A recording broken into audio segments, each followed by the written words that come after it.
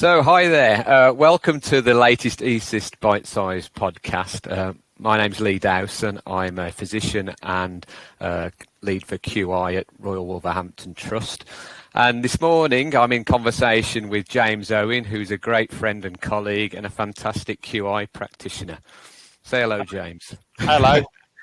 So our aim today is to reflect on some of the work we've done on huddles, with particular reference to the huddle tool, which James has been the driving force behind over the last couple of years here at Wolverhampton. We're going to talk a little bit about how we've introduced things, what's worked well, and hopefully there'll be something within this podcast that will allow you to reflect on the situation in your own trust and think about how you might improve the effectiveness of your own huddles. So, James, if we could start off by, if I could ask you to kind of reflect how the journey started. I mean, what was it that first made you become aware that flow was an issue and why it was an important thing to address? So I'd got a job with working with yourself. My background had been cancer, so I'd not really had a lot to do with flow in like emergency flow in previous roles. And we read, you pointed me towards a lot of papers looking at increased mortality if there's poor flow through the ED, and increased mortality for patients who are outliers. And it was evident in the roles that we were doing at the time that flow was an issue. And in our organisation, we quite often had at 6 a.m. people waiting for beds and no beds being available, and things like that. So it's obvious that we needed to do something about flow in the organisation. Yeah. So I'm thinking back. I think we'd introduced huddles at that point, but I think there was probably quite a lot of variability. And then you kind of came up with an idea about the huddle tool and how that might sort of improve the standardisation and the quality of the huddles we were doing. Yeah, so I'd got a bit of a background in, as I say, I got a background in cancer services, and we'd got a system that we'd used in cancer services that for MDT meetings in cancer, there's a system that got a structure of how you discuss things, and I'm a big fan of QI methodology and things like that, and the theory of constraints, big fan of that, and it just seemed sensible to try record, try and get a bit of structure to huddles and try and record what the constraints were. We tried various national red to green tools, and although they were good tools, I don't think there was necessarily a problem with them. We just found it very difficult to complete them because a lot of them depended on putting in the patient info each morning, which was quite difficult for the clinical staff to do. So I think you were at West Park at the time, and you said about designing something yourself. Tell me how about that. So at the time, I was working for you as an analyst because you were a medical director at the time, and I was also managing our rehab hospital. So at our trust, we've got a separate hospital site that does rehabilitation, and because it was. Because I was in that position, I was able to have a chat with the wards there and say, can we just give something a go in typical QI fashion? So we wrote, I wrote a little database and sat down with our patient flow assistant and the ward manager on one of our wards and said, can we just try this in the huddle and see whether it works? And it was quite good. The guys were really, really receptive, and we recorded what the delays were. And I would have bet my mortgage on the fact that package to cares were the biggest delay, because I was quite often having chats with social workers about packages and where they were. But when I got the results at the end of the month, I said I'd like you to do huddles like this, but I kind of kept my nose out of it for a few weeks. And I came back to the data, and the biggest constraint was actually equipment delays rather than package to cares, which I'd have never have guessed that before. So we emptied a cupboard. Myself and the therapies lead, we took loads of equipment in that cupboard, and that went from being the biggest constraint on the ward to there was only like one patient delayed one day the next month. So we're quite pleased about that, and that was borne out in quicker length of stays and stuff like that. So came back to you. I remember saying we've done this. I think it's something that'll work on the acute wards as well, and that's kind of where the genesis of the idea came from, I think. Yeah. So a great sort of proof of the theory of constraints. Tackle your top constraint, move down to the next one. Yeah. So, okay. So what do we do next to kind of introduce things across the medical wards? I mean, there's obviously the technological developments of you have to move beyond the spreadsheet you've done, and obviously there was also the workflows to go with that. Yeah, so I'd done the bit of West Park because it was a bit, on the back of a beer mat. So I'd done it on a not very good access database, but it was good. It was good enough for using it on one ward. We tried going around some of the acute wards with the same database, but because it was individual versions of the database and had the problem with getting patients added on to that was just as much a problem with that one as other solutions. It didn't really stick with the acute wards quite as well. So we're really lucky, fortunate, whatever word you want to use, that one of my colleagues, VJ Clare, who works with our vertical integration team and does a lot of work with data, offered to help us design something that would pull information from our patient administration system and places like that.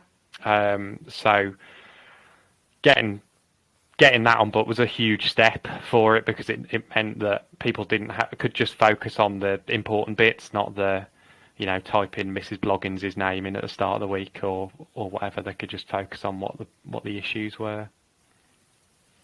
So is it worth just reminding us what is the format of the huddle tool? What's it based on, just in layman's terms, really? Yeah, cool. So we when we were designing it, it was really important to us to get feedback from the ward staff and the patient flow assistants. So at our trust, we've got patient flow assistants who are staff who help with flow.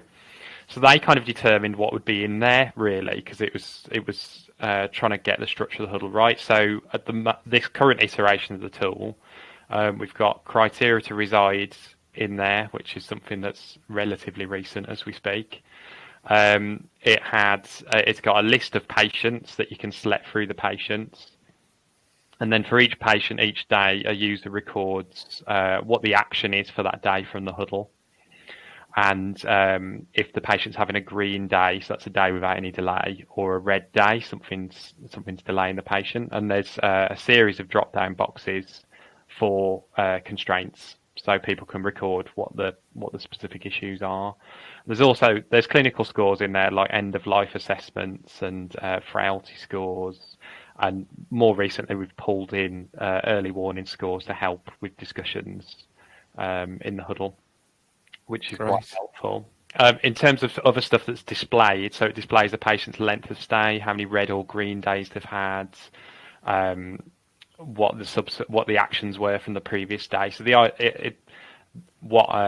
how complete paperwork is to expedite the discharge. So the real hope for the system was to get all the information they needed in the huddle in one place, so it was there to help discussions.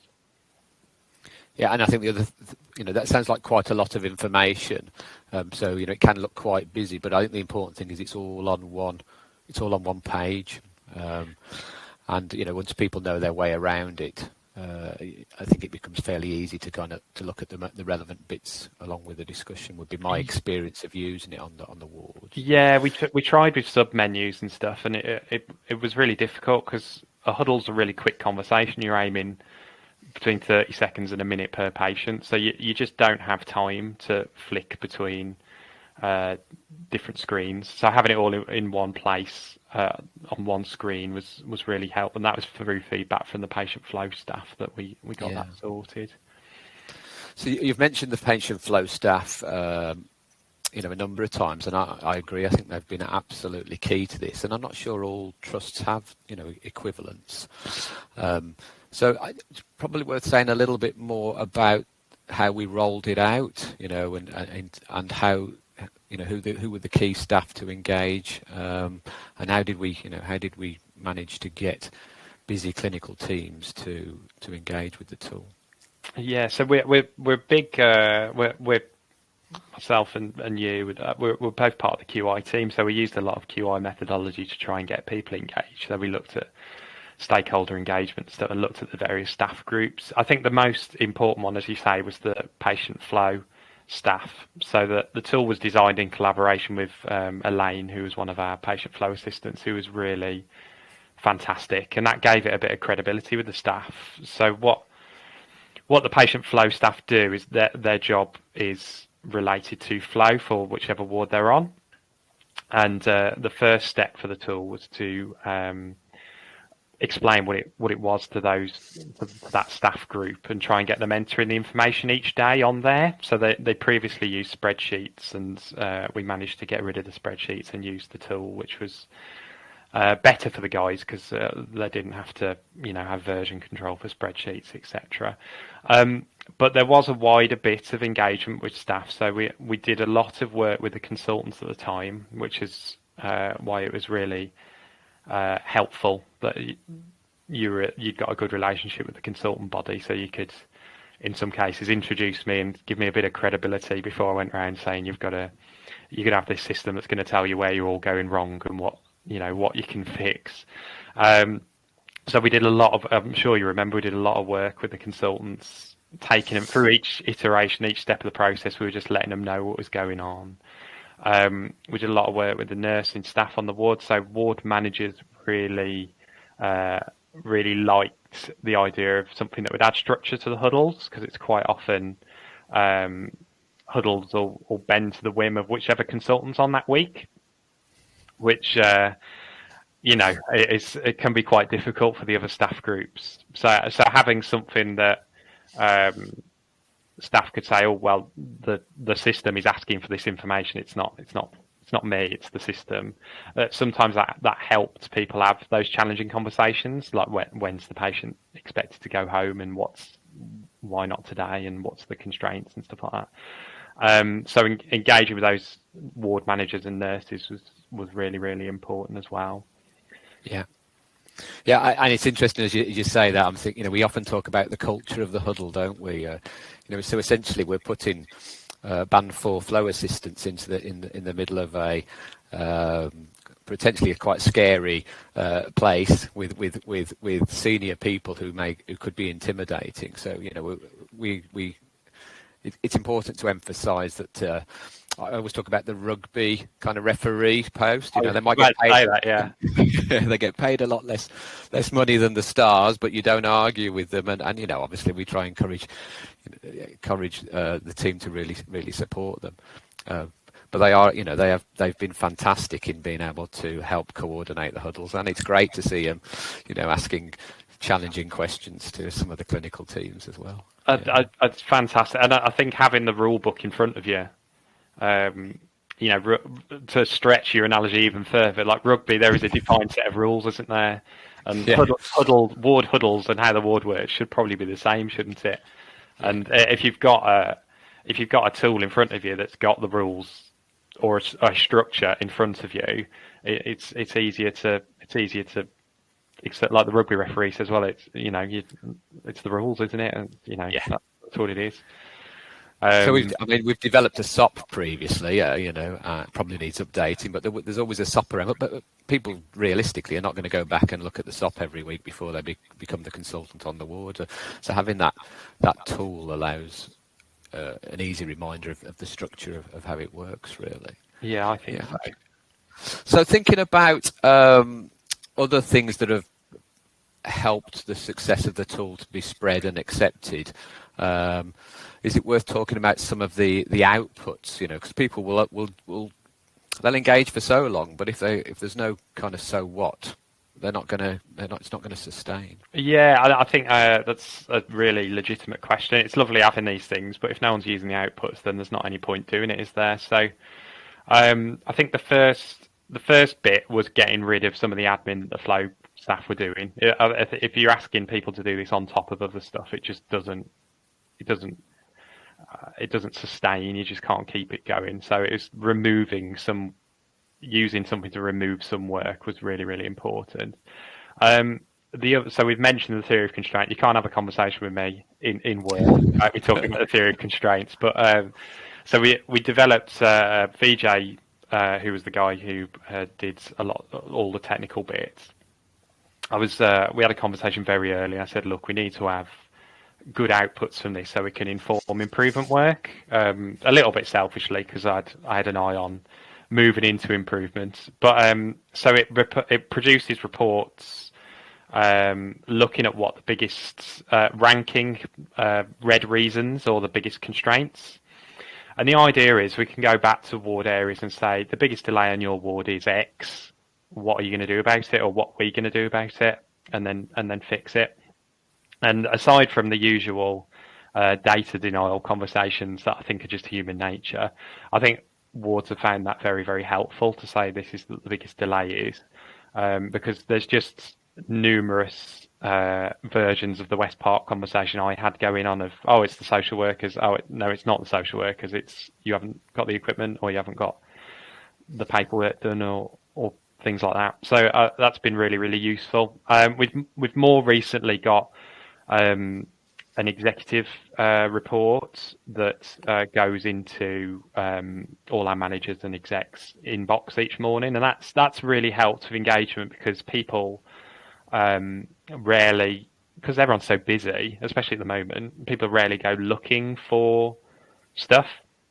But if it's firing into their inbox each morning saying the biggest delay on your ward is this, what are we doing about it? And you've had X number of people that are medically fit, and you've got Y number of people who've been there 21 days. What are you doing about it? It just helps start the conversation. No system, no matter how fantastic it is going to sort out these problems. It's the actions of people like the flow staff and the managers and the doctors and the nurses and the therapists and social workers that sort all this out. So I think those outputs are fundamental to helping with that. Yeah, I'd agree, and there's always a bit of here's your data, what can you do about it? But I think the other selling point is often, and here's the data telling us about some of the system constraints. This is what we're going to do to make your lives easier, to make you be able to get people home where they want to be quicker. So definitely. I was always very minded from what you said at the start, which was like doctors. Because we were having a lot of conversations with the consultant body in our trusts at the very start, and you were saying data's just the start of the conversation, but we need it to start the conversation off, which stuck with me a bit because that's what we did, wasn't it? Or what we're doing. Yeah, I used to think we were all logical until I realised we're all more human, and we still we can't move forward without the logic, but it isn't. It's never the whole answer. There's too many other kind of perverse incentives in the system. So one of the ways we've been trying to get around that was to sort of bring it all together at a divisional and an exec level, and it's taken us a little while to get that buy-in. But it feels like we've crossed a threshold, really, doesn't it? Yeah, well, we've done a lot of work, haven't we, to try and get people engaged with data and engaged with flow in general in the organisation, because it's not obvious that people are busy, and there's a real it's difficult to plan for in a week's time or in a month's time or in a year's time, isn't it, when you're absolutely up to your eyeballs with today's work. So we put a lot of work in, didn't we, to have the right structure to make sure those conversations were happening. So we've now got monthly executive-led meetings looking at flow in the organisation and what projects we're doing to try and improve things. And we've got getting buy-in. It's worth butting in at that point. So because you and I will assume it, but maybe others won't pick that up. But that is, that meeting starts with all the data that comes out of the huddle tool. The huddle tool generates all the data for our flow work, and the idea of that is, it's a place where the divisions are sat there with executive oversight, discussing what their main constraints are and being able to prioritise their improvement work and hopefully also work across divisions, because many of these non-elective pathways, flow across more than one division. Yeah, and I think I'm glad that you said that then, because it's not immediately obvious, and it certainly isn't in our organisation. When you start a meeting with data, they've got into the habit of it now in that meeting, but there was I think the third one we had. It wasn't. We had to drag them back, didn't we, and say no, you've got to do the data first, which is it's quite hard because people like to just get into the doing, don't they? But yeah, Yeah. So the last thing I'd probably want to just think about is sort of the sustainability and how do we, because the huddle tool in itself isn't the silver bullet. It's a real facilitator for doing great huddles. So it's and I'd like to reflect a little bit about the MAID event we've done over the last it was the longest MAID event in history. I think they're meant to be 48 hours, but ours went on 5 weeks, I think.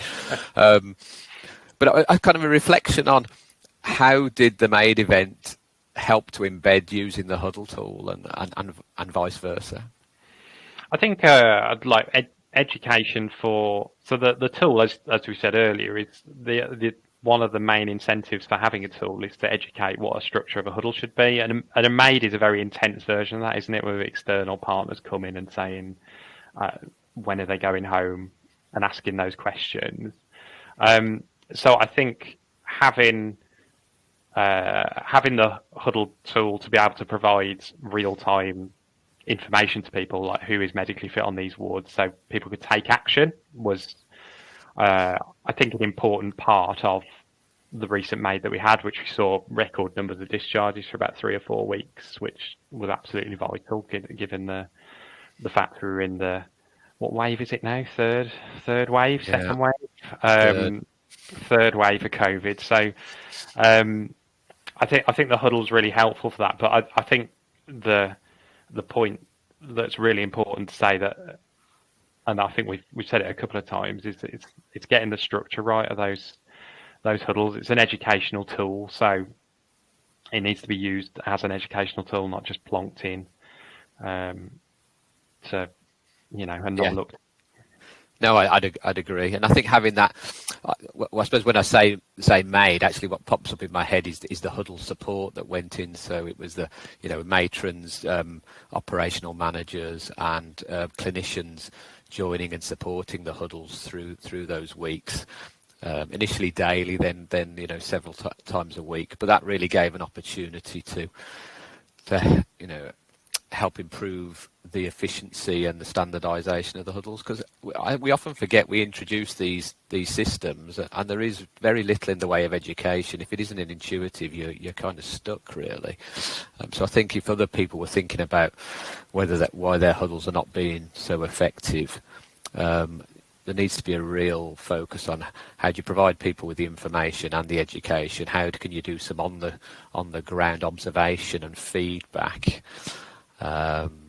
and how can you then reward the team, if you like, for doing good huddles by providing feedback on both on how well they're doing, but also on encouraging and supporting improvement work based on the data that they're producing, so that it all has a point.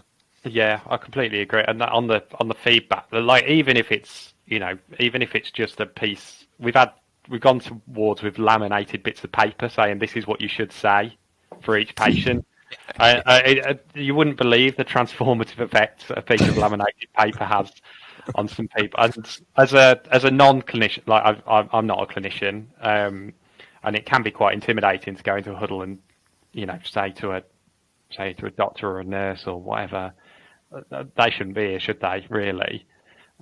What are you going to do about that? That can be quite difficult, but it's amazing how. I assume it's the case across all organisations, but the guys here are really receptive to you asking those questions if you ask them. But if you don't ask them, the conversation doesn't happen, and Mr. Blogs could stay here a few days longer than necessary. So I think having even as a non-clinician, if you're asking the questions and giving feedback and saying, "Oh, well done, you did a really good job with that one," because you asked the questions on a laminated piece of paper, we've seen consultants completely transform the way they do huddles, haven't we, with that, which is just so satisfying. Yeah. And we're hoping to kind of pull all those, as we've done that, we've found people who've really got it, haven't we? And we're hoping to kind of pull them together as a faculty of flow, if you like, so that we can support future events and continue to develop, the and the tool. Everyone, we've managed to get quite excited about that idea, haven't we? The educational aspect, and I think we're getting clamour as well from a lot of the enthusiastic first followers to have the huddle tool on a big screen on the wards, which we've managed to do on some of the wards, and that's been really helpful as well, because then everybody can see what's going on and what the questions are and stuff like that. So I think that's the next two big steps for us, is getting that education in there a bit more formally and making sure everyone can see the data that's going in. Yeah. Well, thank you for that, James. I think that's been really nice to reflect over our journey over the last couple of years. Yeah. And the work's not done. I presume you would be happy if people contacted us if they wanted to have a discussion about the work we've done and the progress we've made, and to share ideas. Of course, yeah. It's been a bit of a labour of love for the past few years, hasn't it? Yeah. So we started developing it in. So the first version went in at the tail end of 2018, and now we are in February 2021, and we're still developing it. And it's been more than happy for people to ask questions. I'm sure our contact details will be available with this stream. But yeah, more than happy for you to get in touch. And I think we're going to be adding some links at the bottom of the podcast so that people can see some of I think we've done a video which shows a bit of what the huddle tool looks like and gives a bit more detail on it. So thank you all for tuning in. It's been a pleasure as always chatting to you, James. And thanks, Leah. We hope this has been helpful.